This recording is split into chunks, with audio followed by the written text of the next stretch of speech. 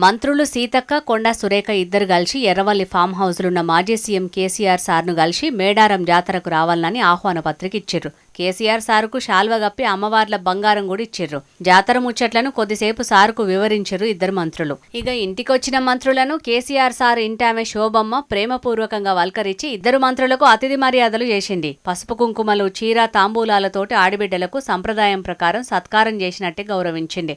అటెంక మంత్రులు మాట్లాడుకుంటా దీంట్లో రాజకీయాలేం లేవు, దేశ విదేశాల నుంచి వస్తున్న ఎంతో మంది ఈ జాతరను ఘనంగా నిర్వహిస్తున్నామని చెప్పుకొచ్చిర్రు. అసెంబ్లీలోనే ఎమ్మెల్యేలందరినీ జాతరకు రావాలని ఆహ్వానించినాం. కేసీఆర్ ఇయాల టైం ఇస్తే ఇప్పుడొచ్చి ఆహ్వానం పలికినామని చెప్పింది మంత్రి సీతక్క. ఒక సాంప్రదాయబద్ధంగా నిర్వహించుకునేటువంటి జాతర, ఆదివాసీ బిడ్డలుగా పుట్టినటువంటి సమ్మక్క సారలమ్మలు కానీ ఈ రాష్ట్రంలో కానీ పక్క రాష్ట్రాల్లో కానీ అందరి దేవులుగా ఒక కులము, మతము, ప్రాంతము అనేటువంటి తేడా లేకుండా మరి అందరి కోరిన కోరికలను తీర్చే తల్లులుగా ఉన్నారు. కాబట్టి ఈ యొక్క మహాజాతరకు మేము ఆహ్వానించడం జరిగింది. వారు అదేవిధంగా కేసీఆర్ గారు, వారి సతీమణి శోభమ్మ గారు కూడా ఇద్దరు కూడా కూర్చొని మేము ఇచ్చినటువంటి ఆహ్వానాన్ని స్వీకరించడం జరిగింది.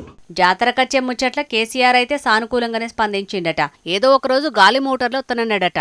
మరిగా కేసీఆర్ సార్ జాతరకు ఓతడో లేదో తెలియదు గాని పద్ధతి ప్రకారం ప్రభుత్వం తరపున మంత్రులైతే పోయి జాతరకు ఆహ్వానించారు.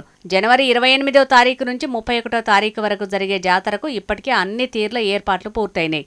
ఎప్పట్లెక్క కాకుండా ఈ ఏడు 200 కోట్ల రూపాయలతోటి ఏర్పాట్లు బ్రహ్మాండంగా చేసింది సర్కారు. కాబట్టి పోయినసారి కంటే ఎక్కువ మందే ఈసారి అత్తారని సర్కారు పెద్దలు అంచనా ఎత్తున్నారు. చూడాలి మరి సమ్మక్క సారక్క తల్లులను దర్శించుకునేటందుకు ఎంతమంది అత్తారనేది.